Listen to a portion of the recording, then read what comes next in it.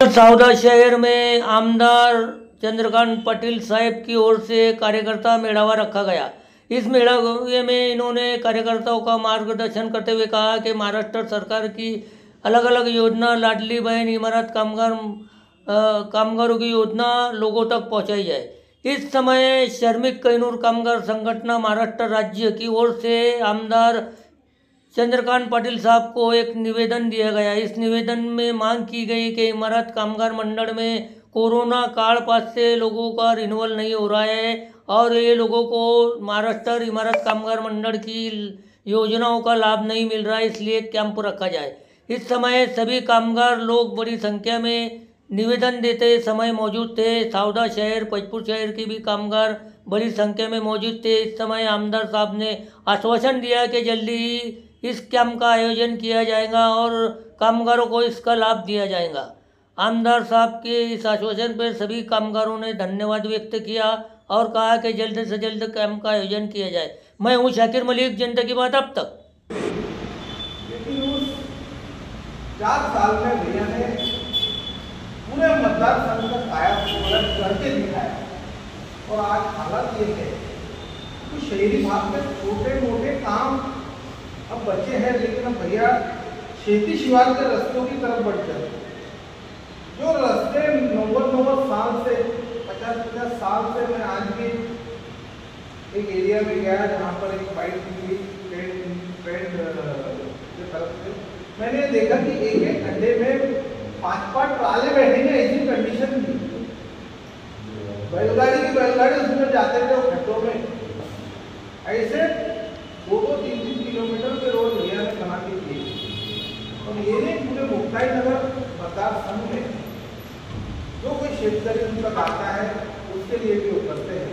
मैंने देखा है कि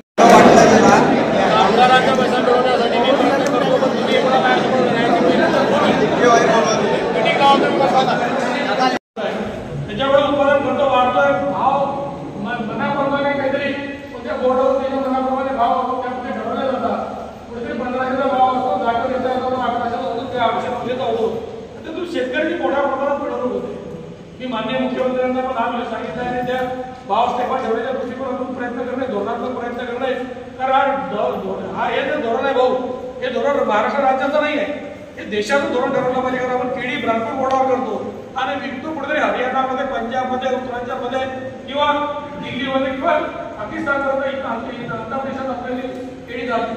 अशा टायमाला भाव ठरवण्याचा अधिकार केंद्र शासनाने एक केंद्रीय पातळीवर कुठेतरी एक समिती करून त्याचा भाव निश्चित केला पाहिजे, जेणेकरून उत्पादन खर्च तरी त्याचा निघाला पाहिजे, त्याला एक नफा निश्चितच मिळाला पाहिजे। अशा दृष्टीने केळी उत्पादक शेतकऱ्यांसाठी आपण प्रयत्न करतोय। पण मला असं वाटतं की सगळं करत असताना आज ज्या योजना आम्ही घेणार शहर प्रमुख परदेशी माझ्यासोबत आलेले आमचे प्रकल्प सामील मेंबर जवळजवळ तमाम सिद्धांत सावदा गावाच्या मीटिंग घेण्यामध्ये कार्यकर्त्यांच्या माध्यमातून शासनाच्या लोककल्याणकारी योजना त्या खऱ्या अर्थाने लोकांपर्यंत लवकरात लवकर पोहोचल्या गेल्या पाहिजे। शासनाने निर्णय घेतला 21 वर्षाच्या वरच्या आणि 65 वर्षाच्या आतील महिला भगिनींसाठी मुख्यमंत्री माझ्याकडे लाडली बहीण योजनेचा आपण आढावा घेतला। मी आज अनेक गावांमध्ये पुरा भागात आढावा घेतला होता, हे जे 9व्या गावामध्ये आलेलो आहे ती योजना फॉर्म इथपर्यंत पोहोचवले, इथून घरोघरी आपण आपल्या गावामध्ये पोहोचवले। आपल्या गावाची लोकसंख्या किती असेल? लोकसंख्या किती असेल आपल्याकडे? 24,000। मग आपण 24,000 मध्ये किमान 10,000 महिला बघू। 10,000 महिलांमध्ये 21 ते 65 महिला आपण किमान 5,000 महिलांचे तरी आपण फॉर्म भरले का?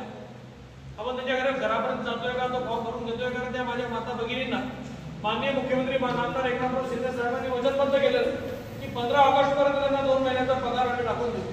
तर या माझ्या माता भगिनींना 1500 रुपयापर्यंतची मदत करताना खऱ्या अर्थाने मतदारसंघातल्या शेवटच्या माझ्या भगिनीपर्यंत मदत पोहोचली पाहिजे। या शिवसेनेच्या माध्यमातून घरपोच जाऊन आपला स्वतःचा फॉर्म भरून घेऊन त्याला कायद्याच्या चौकटीत टाकून त्याला ऑनलाईन करण्याच्या सूचनेचा आपण प्रयत्न केला पाहिजे। म्हणून खऱ्या अर्थाने मी आपल्याकडे कार्यकर्त्यांसोबत आज आलेलो आहे।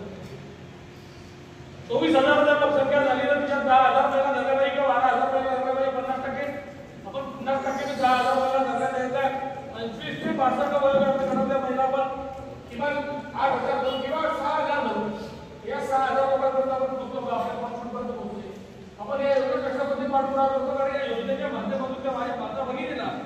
शेवटच्या कुटुंबातल्या माणसाला आपण जर न्याय द्यायचा म्हटलं तर शासनाने घोषित केलेल्या योजनेच्या माध्यमातून खऱ्या अर्थाने त्या कुटुंबाला 1500 रुपयाचा किंवा जर माझी आता मी चंद्रकांत निंबाजी पाटील माझी पत्नी यामिनी चंद्रकांत पाटील तिला या योजनेला लाभ होईल 40 लाखाच्या खाली उत्पन्न असेल तिला आणि माझी मुलगी 21 वर्षाची संजना चंद्रकांत पाटील ही होती दोघांकडून जर दोघा लोकांना एका कुटुंबात लाभ द्यायचा म्हटला तर 3000 पर्यंत पण एका कुटुंबात लाभ देऊ शकतो.